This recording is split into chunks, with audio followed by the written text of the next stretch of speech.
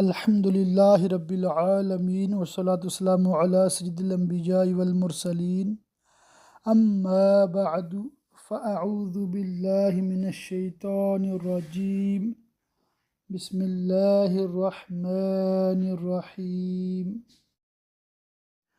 سبق نمبر 50 اور یہ پہلے سال کا بالکل آخری سبق ہے۔ اللہ کی رحمت سے آج ہمارا باقاعدہ پہلا سال مکمل ہوا۔ آپ سب کو بھی اس کی بہت بہت مبارک ہو۔ اللہ پاک ہم سب کو اسی طرح اگلا سال بھی اچھے طریقے سے مکمل کرنے کی سعادت عطا فرمائی۔ آپ سے درخواست یہ ہے، نیت فرما لیں کہ انشاءاللہ تعالی اب مزید توجہ کے ساتھ لیکچر کو سنا کریں گے، باقاعدہ اس کی حاضری لگوایا کریں گے۔ حاضری کے 2 طریقے، 3-4 لائنوں میں لکھ کر خلاصہ بھیج دیں، یا 1-2 منٹ میں وائس میں خلاصہ بھیج دیں۔ جو آپ کو آسان ہو وہ کر لیں، اور جو احباب پہلے سے اور جو خواتین پہلے سے ریکارڈنگ کر کے بھیجتی ہیں وہ اسی کو جاری رکھیں، تو ان کی مرضی ہے۔ اگر وہ بھی لکھ کر خلاصہ بھیجنا چاہیں ان کو بھی اجازت ہے۔ اصل مقصد یہ ہے کہ آپ کو سمجھنا ہے، پڑھنا ہے، جس طرح آپ کے لیے آسانی ہو ویسے کیجئے۔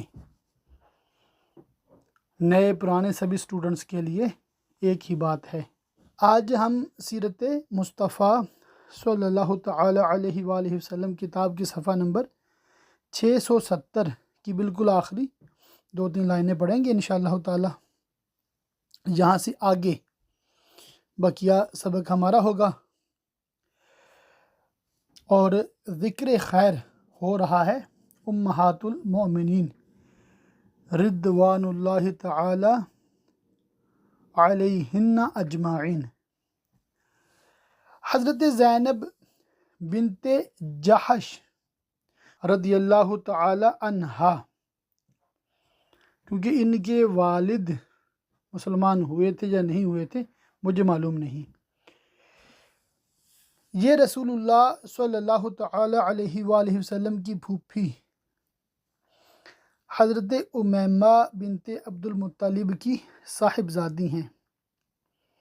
حضور صلی اللہ تعالی علیہ وآلہ وسلم نے اپنے آزاد کردہ غلام حضرت زید بن حارثہ رضی اللہ تعالی عنہ سے ان کا نکاح کرایا تھا، مگر چونکہ حضرت زینب رضی اللہ تعالی عنہ خاندان قریش کی ایک بہت ہی شاندار خاتون تھیں، اور حسن و جمال میں بھی یہ خاندان قریش کی بے مثال عورت تھیں، اور حضرت زید رضی اللہ تعالی عنہ کو گو کہ رسول اللہ صلی اللہ علیہ وآلہ وسلم نے آزاد کر کے اپنا متبنہ منہ بولا بیٹا بنا لیا تھا، مگر پھر بھی چونکہ وہ پہلے غلام تھے اس لیے حضرت زینب رضی اللہ تعالیٰ عنہ ان سے خوش نہیں تھیں، اور اکثر میاں بیوی میں ان بن رہا کرتی تھی، یہاں تک کہ حضرت زید رضی اللہ تعالیٰ عنہ نے ان کو طلاق دے دی۔ اس واقعہ سے فطری طور پر حضور صلی اللہ علیہ وآلہ وسلم کے قلب نازک پر صدمہ گزرا۔ چنانچہ جب ان کی عدت گزر گئی تو محض حضرت زینب رضی اللہ تعالی عنہ کی دلجوئی کے لیے حضور صلی اللہ تعالی علیہ وآلہ وسلم نے حضرت زینب رضی اللہ تعالی عنہ کے پاس اپنے نکاح کا پیغام بھیجا۔ روایت ہے کہ یہ پیغام بشارت سن کر حضرت زینب رضی اللہ تعالی عنہ نے 2 رکعت نماز ادا کی اور سجدہ میں سر رکھ کر یہ دعا مانگی کہ خداوندہ، تیرے رسول صلی اللہ علیہ وسلم نے مجھے نکاح کا پیغام دیا ہے، اگر میں تیرے نزدیک ان کی زوجیت میں داخل ہونے کے لائق عورت ہوں تو یا اللہ عز و جل تو ان کے ساتھ میرا نکاح فرما دے۔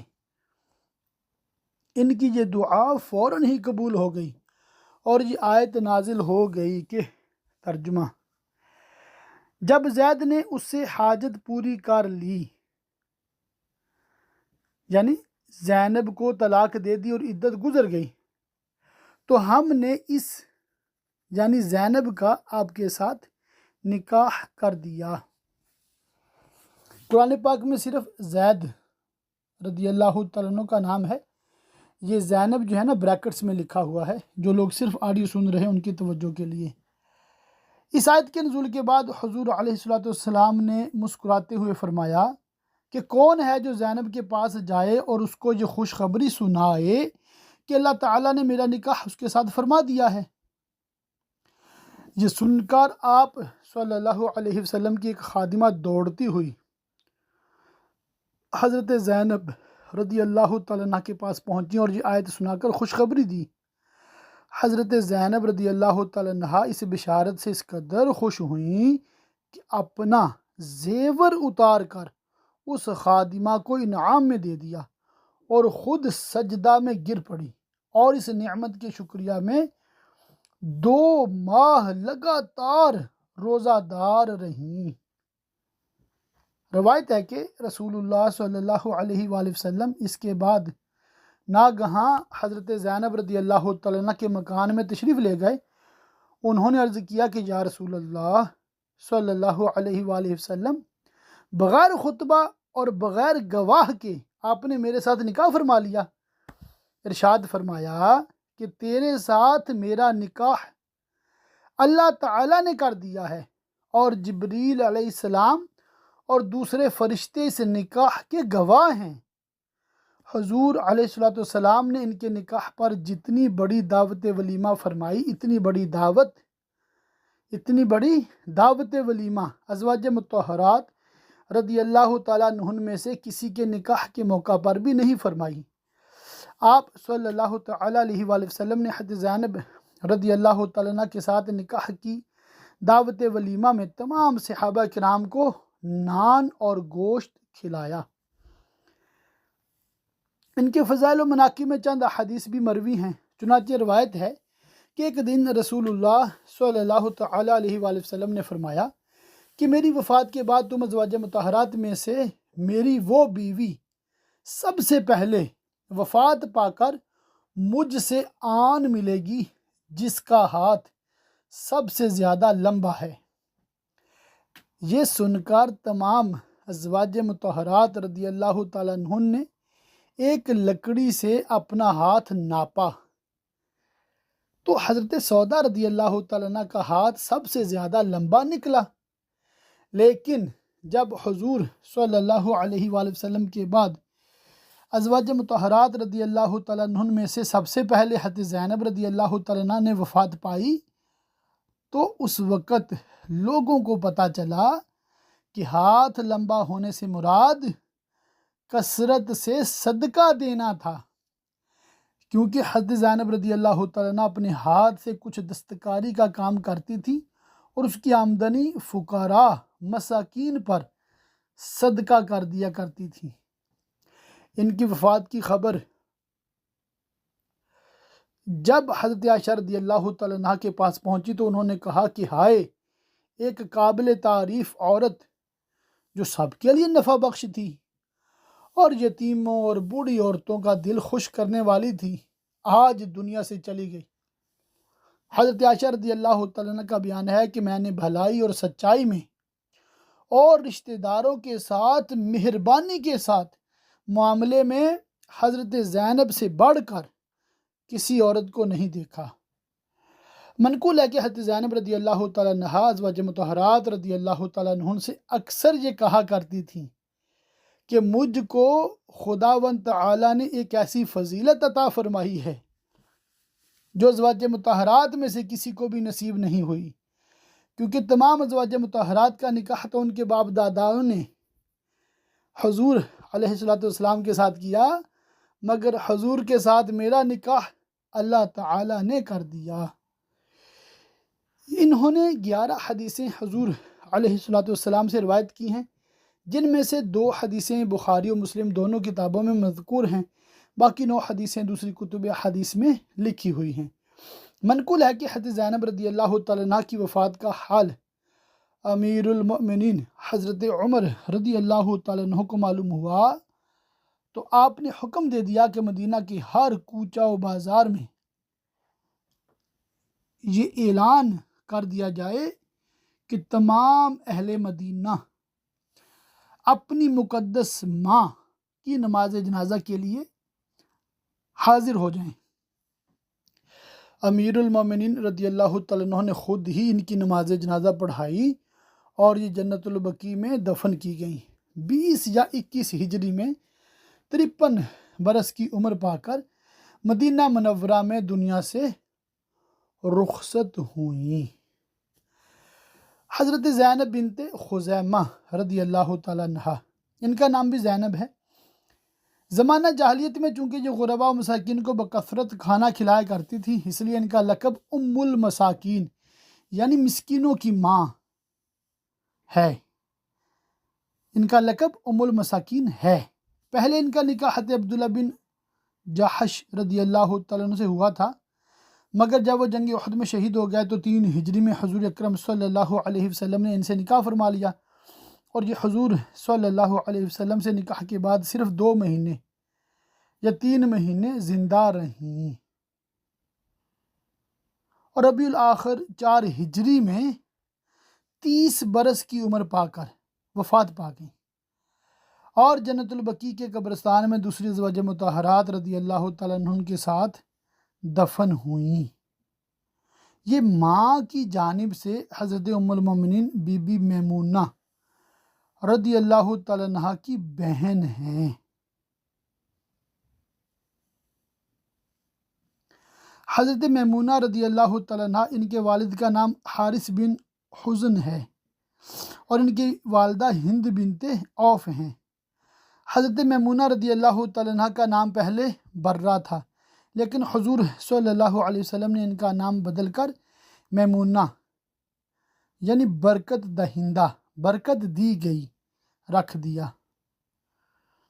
یہ پہلے ابو رحم بن عبد العزیٰ کے نکاح میں تھی، مگر جب حضور صلی اللہ علیہ وآلہ وسلم 7 ہجری میں عمرۃ القضاء کے لیے مکہ مکرمہ تشریف لے گئے تو یہ بیوہ ہو چکی تھی۔ حضرت عباس رضی اللہ تعالیٰ عنہ نے ان کے بارے میں حضور صلی اللہ علیہ وسلم سے گفتگو کی اور آپ نے ان سے نکاح فرما لیا، اور عمرۃ القضاء سے واپسی پر مقام صرف میں ان کو اپنی صحبت سے سرفراز فرمایا۔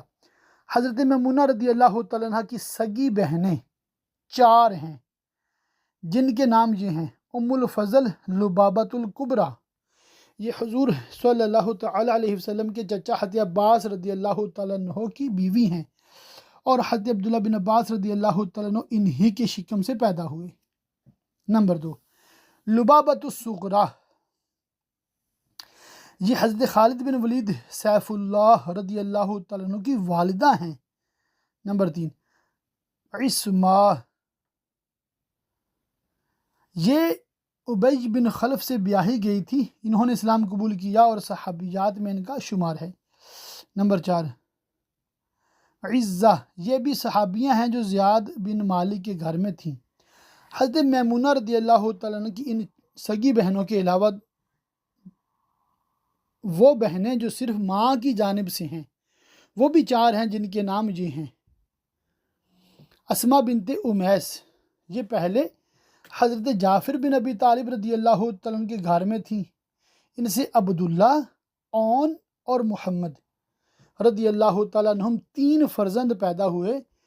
پھر جب حضرت جعفر رضی اللہ تعالیٰ عنہ جنگ معطا میں شہید ہو گئے تو ان سے حضرت ابوبکر صدیق رضی اللہ تعالیٰ عنہ نے نکاح کر لیا، اور ان سے محمد بن ابوبکر رضی اللہ تعالیٰ عنہ پیدا ہوئے۔ پھر حضرت ابوبکر صدیق رضی اللہ تعالیٰ عنہ کی وفات کے بعد حضرت علی رضی اللہ تعالیٰ عنہ نے ان سے عقد فرما لیا، اور ان سے بھی ایک فرزند پیدا ہوئے جن کا نام یحییٰ تھا۔ دوسری بہن سلمہ بنت امیس، یہ پہلے سید الشہداء حضرت حمزہ رضی اللہ تعالیٰ عنہ کے نکاح میں تھیں، اور ان سے ایک صاحبزادی پیدا ہوئی جن کا نام امۃ اللہ تھا۔ حضرت حمزہ رضی اللہ تعالیٰ عنہ کی شہادت کے بعد ان سے شداد بن الحاد رضی اللہ تعالیٰ عنہ نے نکاح کر لیا، اور ان سے عبداللہ و عبد الرحمن رضی اللہ تعالیٰ عنہما 2 فرزند پیدا ہوئے۔ نمبر 3، سلامہ بنت امیس، ان کا نکاح حضرت عبداللہ بن کعب رضی اللہ تعالیٰ عنہ سے ہوا تھا۔ نمبر 4، ام المومنین حضرت زینب بنت خزیمہ رضی اللہ تعالیٰ عنہ، جو ام المساکین کے لقب سے مشہور ہیں، جن کا ذکر خیر اوپر گزر چکا۔ یعنی کہ یہ بھی حضرت زینب بنت خزیمہ حضرت میمونہ کی بہن تھیں، ماں کی جانب سے۔ اچھا، چونکہ ان کا انتقال ہو گیا تھا تو پھر نبی کریم صلی اللہ علیہ وآلہ وسلم نے انہی کی بہن میمونہ رضی اللہ تعالیٰ عنہ سے نکاح فرمایا۔ بیک وقت دو بہنوں سے نکاح نہیں فرمایا، بلکہ یکے بعد دیگرے نکاح فرمایا۔ حضرت میمونہ رضی اللہ تعالیٰ عنہ کی والدہ ہند بنت عوف کے بارے میں عام طور پر یہ کہا جاتا تھا کہ دامادوں کے اعتبار سے روئے زمین پر کوئی بڑھیا ان سے زیادہ خوش نصیب نہیں ہوئی، کیونکہ ان کے دامادوں کی فہرست میں مندرجہ ذیل ہستیاں ہیں: رسول اللہ صلی اللہ تعالیٰ علیہ وآلہ وسلم، حضرت ابو بکر، حضرت علی، حضرت حمزہ، حضرت عباس، حضرت شداد بن الحاد رضی اللہ تعالیٰ عنہم۔ یہ سب کے سب بزرگوار ہند بنت عوف رضی اللہ تعالیٰ عنہ کے داماد ہیں۔ حضرت بی بی میمونہ رضی اللہ تعالیٰ عنہ سے کل 76 حدیثیں مروی ہیں، جن میں سے 7 حدیثیں ایسی ہیں جو بخاری و مسلم دونوں کتابوں میں مذکور ہیں، اور ایک حدیث صرف بخاری میں ہے، اور ایک حدیث ایسی حدیث ہے جو صرف مسلم میں ہے، اور باقی حدیثیں احادیث کی دوسری کتابوں میں مذکور ہیں۔ یہ حضور صلی اللہ تعالیٰ علیہ وآلہ وسلم کی آخری زوجہ مبارکہ ہیں۔ ان کے بعد حضور اقدس صلی اللہ تعالیٰ علیہ وسلم نے کسی دوسری عورت سے نکاح نہیں فرمایا۔ ان کے انتقال کے سال میں مورخین کا اختلاف ہے، مگر قول مشہور یہ ہے کہ انہوں نے 51 ہجری میں بامقام صرف وفات پائی، جہاں رسول اللہ صلی اللہ تعالیٰ علیہ وسلم نے ان سے زفاف فرمایا تھا۔ ابن سعد نے واقدی سے نقل کیا ہے کہ انہوں نے 61 ہجری میں وفات پائی، اور ابن اسحاق کا قول ہے کہ 63 ہجری ان کے انتقال کا سال ہے۔ واللہ تعالی اعلم۔ ان کی وفات کے وقت ان کے بانجے حضرت عبداللہ بن عباس رضی اللہ تعالیٰ عنہما موجود تھے، اور انہوں نے ہی آپ رضی اللہ تعالیٰ عنہ کی نماز جنازہ پڑھائی اور ان کو قبر میں اتارا۔ محدث عطا کا بیان ہے کہ ہم لوگ حضرت عبداللہ بن عباس رضی اللہ تعالی عنہما کے ساتھ حضرت بی بی میمونہ رضی اللہ تعالی عنہا کے جنازہ میں شریک تھے۔ جب جنازہ اٹھایا گیا تو حضرت عبداللہ بن عباس رضی اللہ تعالی عنہما نے بآواز بلند فرمایا کہ اے لوگو، یہ رسول اللہ صلی اللہ تعالی علیہ وآلہ وسلم کی بیوی ہیں، تم لوگ ان کے جنازہ کو بہت آہستہ آہستہ لے کر چلو اور ان کی مقدس لاش کو نہ جھنجھوڑو۔ حضرت یزید بن اسم رضی اللہ تعالیٰ عنہ کہتے ہیں کہ ہم لوگوں نے حضرت بی بی میمونہ رضی اللہ تعالیٰ عنہ کو مقام صرف میں اسی چھپر کی جگہ میں دفن کیا جس میں رسول اللہ صلی اللہ تعالیٰ علیہ وآلہ وسلم نے ان کو پہلی بار اپنی قربت سے سرفراز فرمایا تھا۔ حضرت جویریہ رضی اللہ تعالی عنہا، یہ قبیلہ بنی مستلق کے سردار اعظم حارث بن ابو ذرار کی بیٹی ہیں۔ غزوہ مریسی میں جو کفار مسلمانوں کے ہاتھوں میں گرفتار ہو کر قیدی بنائے گئے، انہی قیدیوں میں حضرت جویریہ رضی اللہ تعالی عنہا بھی تھیں۔ یہ جب قیدیوں کو لونڈی غلام بنا کر مجاہدین پر تقسیم کر دیا گیا تو حضرت جویریہ رضی اللہ تعالی عنہ حضرت ثابت بن قیس رضی اللہ تعالی عنہ کے حصہ میں آئیں۔ انہوں نے ان سے مکاتبت کر لی، یعنی یہ لکھ کر دے دیا کہ تم اتنی اتنی رقم مجھے دے دو تو میں تم کو آزاد کر دوں گا۔ حضرت جویریہ رضی اللہ تعالی عنہ بارگاہ رسالت میں حاضر ہوئیں اور عرض کیا کہ یا رسول اللہ صلی اللہ تعالی علیہ وآلہ وسلم، میں اپنے قبیلے کے سردار اعظم حارث بن ابو ذرار کی بیٹی ہوں اور مسلمان ہو چکی ہوں۔ ثابت بن قیس نے مجھے مکاتبہ بنا دیا ہے، مگر میرے پاس اتنی رقم نہیں ہے کہ میں بدلے کتابت ادا کر کے آزاد ہو جاؤں، اس لیے آپ اس وقت میں میری مالی امداد فرمائیں، کیونکہ میرا تمام خاندان اس جنگ میں گرفتار ہو چکا ہے اور ہمارے تمام مال و اسباب مسلمانوں کے ہاتھوں میں مال غنیمت بن چکی ہیں، اور میں اس وقت بالکل ہی مفلسی و بے کسی کے عالم میں ہوں۔ حضور رحمت للعالمین صلی اللہ تعالیٰ علیہ وآلہ وسلم نے ان کی فریاد سن کر ان پر رحم آ گیا۔ آپ صلی اللہ علیہ وآلہ وسلم نے ارشاد فرمایا کہ اگر میں اس سے بہتر سلوک تمہارے ساتھ کروں تو کیا تم اس کو منظور کر لو گی؟ انہوں نے پوچھا کہ یا رسول اللہ صلی اللہ تعالیٰ علیہ وآلہ وسلم، آپ میرے ساتھ اس سے بہتر سلوک کیا فرمائیں گے؟ آپ نے فرمایا کہ میں یہ چاہتا ہوں کہ تمہارے بدلے کتابت کی تمام رقم میں خود تمہاری طرف سے ادا کر دوں، اور پھر تم کو آزاد کر کے میں خود تم سے نکاح کر لوں، تاکہ تمہارا خاندانی اعزاز و وقار برقرار رہ جائے۔ یہ سن کر حضرت جویریہ رضی اللہ تعالیٰ عنہ کی شادمانی و مسرت کی کوئی انتہا نہ رہی۔ انہوں نے اس اعزاز کو خوشی خوشی منظور کر لیا۔ چنانچہ حضور صلی اللہ تعالیٰ علیہ وآلہ وسلم نے بدلے کتابت کی ساری رقم ادا فرما کر ان کو آزاد کر کے اپنے ازواج مطہرات رضی اللہ تعالیٰ عنہن میں شامل فرما لیا، اور یہ ام المومنین کی اعزاز سے سرفراز ہو گئیں۔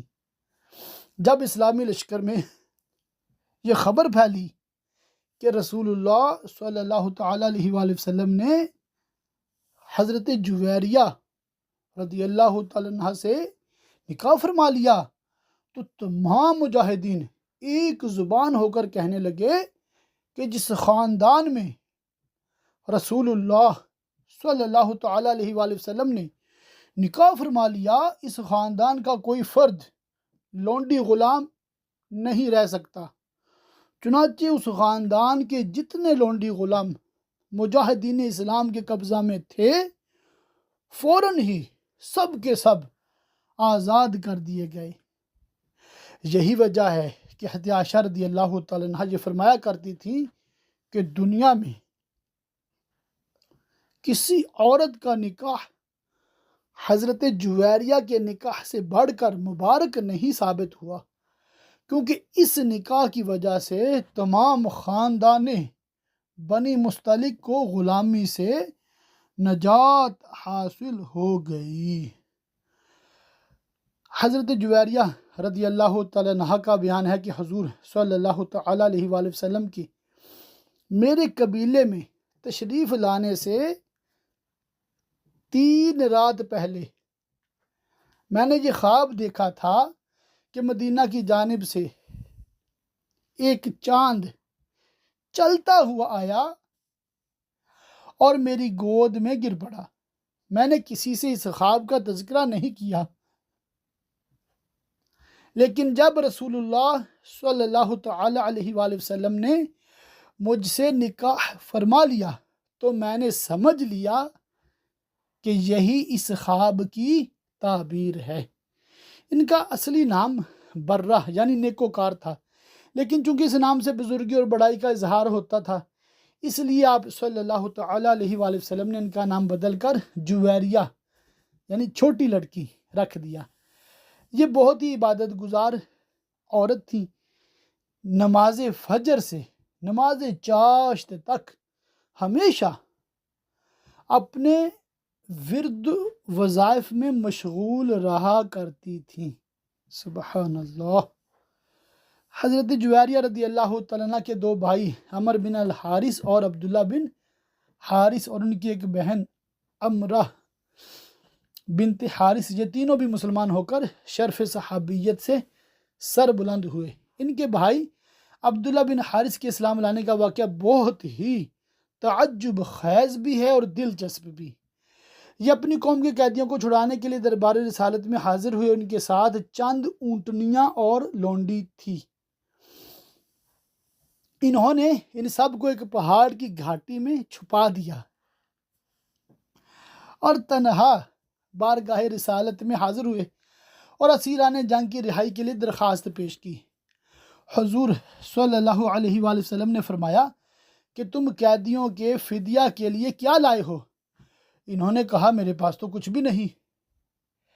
یہ سن کر آپ صلی اللہ تعالیٰ علیہ وآلہ وسلم نے فرمایا کہ تمہاری وہ اونٹنیاں کیا ہوئیں اور تمہاری وہ لونڈی کدھر گئی جسے تم فلاں گھاٹی میں چھپا کر آئے ہو؟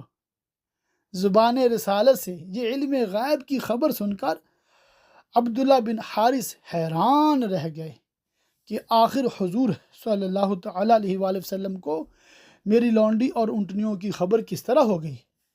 ایک دم ان کے اندھیرے دل میں حضور اکرم صلی اللہ تعالیٰ علیہ وآلہ وسلم کی صداقت اور آپ کی نبوت کا نور چمک اٹھا اور وہ فوراً ہی کلمہ پڑھ کر مشرف با اسلام ہو گئے۔ حضرت جویریہ رضی اللہ تعالیٰ عنہ نے 7 حدیثیں بھی رسول اللہ صلی اللہ تعالیٰ علیہ وآلہ وسلم سے روایت کی ہیں، جن میں سے 2 حدیثیں بخاری شریف میں اور 2 حدیثیں مسلم شریف میں ہیں۔ باقی 3 حدیثیں دوسری کتابوں میں مذکور ہیں۔ اور حضرت عبداللہ بن عمر، حضرت عبید بن سباق اور ان کے بھتیجے حضرت طفیل رضی اللہ تعالیٰ عنہم وغیرہ نے ان سے روایت کی ہیں۔ 50 ہجری میں 65 برس کی عمر پا کر انہوں نے مدینہ طیبہ میں وفات پائی اور حاکم مدینہ مروان نے ان کی نماز جنازہ پڑھائی اور یہ جنت البقیع کے قبرستان میں مدفون ہوئیں۔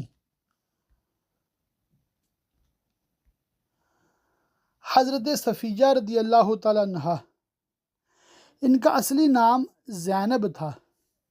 رسول اللہ صلی اللہ تعالیٰ علیہ وآلہ وسلم نے ان کا نام صفیہ رکھ دیا۔ یہ یہودیوں کے قبیلہ بنو نذیر کے سردار اعظم حی بن اخطب کی بیٹی ہیں اور ان کی ماں کا نام زرہ بنت سموئیل ہے۔ یہ خاندان بنی اسرائیل میں سے حضرت موسیٰ علیہ السلام کے بھائی حضرت ہارون علیہ السلام کی اولاد میں سے ہیں، اور ان کا شوہر کنانہ بن ابی الحقیق بھی بنو نذیر کا رئیس اعظم تھا، جو جنگ خیبر میں قتل ہو گیا۔ محرم 7 ہجری میں جب خیبر کو مسلمانوں نے فتح کر لیا اور تمام اسیران جنگ گرفتار کر کے اکٹھا جمع کیے گئے، تو اس وقت دحیہ بن خلیفہ کلبی رضی اللہ تعالیٰ عنہ بارگاہ رسالت میں حاضر اور ایک لونڈی طلب کی۔ آپ صلی اللہ تعالیٰ علیہ وآلہ وسلم نے ارشاد فرمایا کہ تم اپنی پسند سے ان قیدیوں میں سے کوئی لونڈی لے لو۔ انہوں نے حضرت صفیہ رضی اللہ تعالیٰ عنہ کو لے لیا، مگر ایک صحابی نے عرض کیا کہ یا رسول اللہ صلی اللہ تعالیٰ علیہ وآلہ وسلم، حضرت صفیہ بنو قریظہ اور بنو نذیر کی شاہزادی ہیں، ان کے خاندانی اعزاز کا تقاضا ہے کہ آپ ان کو اپنی ازواج مطہرات میں شامل فرما لیں۔ چنانچہ آپ صلی اللہ تعالیٰ علیہ وآلہ وسلم نے ان کو حضرت دحیہ کلبی رضی اللہ تعالیٰ عنہ سے لے لیا اور ان کے بدلے میں انہیں ایک دوسری لونڈی عطا فرما دی۔ پھر حضرت صفیہ رضی اللہ تعالیٰ عنہ کو آزاد فرما کر ان سے نکاح فرما لیا اور جنگ خیبر سے واپسی میں 3 دنوں تک منزل صحابہ میں ان کو اپنے خیمہ کے اندر اپنی قربت سے سرفراز فرمایا، اور دعوت ولیمہ میں کھجور، گھی، پنیر کا مالیدہ صحابہ کرام رضی اللہ تعالیٰ عنہم کو کھلایا، جس کا مفصل تذکرہ جنگ خیبر میں گزر چکا۔ حضور اکرم صلی اللہ تعالیٰ علیہ وآلہ وسلم حضرت بی بی صفیہ رضی اللہ تعالیٰ عنہ پر بہت ہی خصوصی توجہ اور انتہائی کریمانہ عنایت فرماتے تھے، اور اس قدر ان کا خیال رکھتے تھے کہ حضرت بی بی عائشہ رضی اللہ تعالیٰ عنہ پر غیرت سوار ہو جایا کرتی تھی۔ اللہ اللہ۔ منقول ہے کہ ایک مرتبہ حضرت عائشہ رضی اللہ تعالیٰ عنہ نے حضرت بی بی صفیہ رضی اللہ تعالیٰ عنہ کے بارے میں یہ کہہ دیا کہ وہ تو پستہ قد ہیں، یعنی قد چھوٹا ہے۔ تو حضور اقدس صلی اللہ تعالیٰ علیہ وسلم نے فرمایا کہ عائشہ، تو نے ایسی بات کہہ دی کہ اگر تیرے اس کلام کو دریا میں ڈال دیا جائے تو دریا متغیر ہو جائے گا، یعنی یہ غیبت ہے جو بہت ہی گندی بات ہے۔ اسی طرح ایک مرتبہ ایک سفر میں حضرت صفیہ رضی اللہ تعالیٰ عنہ کا اونٹ زخمی ہو گیا، اور حضرت زینب رضی اللہ تعالیٰ عنہ کے پاس ایک فاضل اونٹ تھا، یعنی کہ ضرورت سے زائد اونٹ تھا۔ حضور صلی اللہ تعالیٰ علیہ وآلہ وسلم نے فرمایا کہ اے زینب، تم اپنا اونٹ صفیہ کو دے دو۔ حضرت زینب نے طیش میں آ کر کہا کہ میں اس یہودیہ کو اپنی کوئی چیز نہیں دوں گی۔ یہ سن کر حضور اکرم صلی اللہ تعالیٰ علیہ وآلہ وسلم حضرت زینب رضی اللہ تعالیٰ عنہ پر اس قدر خفا ہو گئے کہ 2-3 ماہ تک ان کے بستر پر آپ نے قدم نہیں رکھا۔ اللہ اللہ۔ ترمذی شریف کی روایت ہے کہ ایک روز نبی صلی اللہ تعالیٰ علیہ وآلہ وسلم نے دیکھا کہ حضرت صفیہ رضی اللہ تعالیٰ عنہ رو رہی ہیں۔ اپنے رونے کا سبب پوچھا تو انہوں نے کہا یا رسول اللہ صلی اللہ تعالیٰ علیہ وسلم، حضرت عائشہ اور حضرت حفصہ نے کہا ہے کہ ہم دونوں بارگاہ رسالت میں تم سے زیادہ عزت دار ہیں، کیونکہ ہمارا خاندان حضور صلی اللہ تعالیٰ علیہ وسلم سے ملتا ہے۔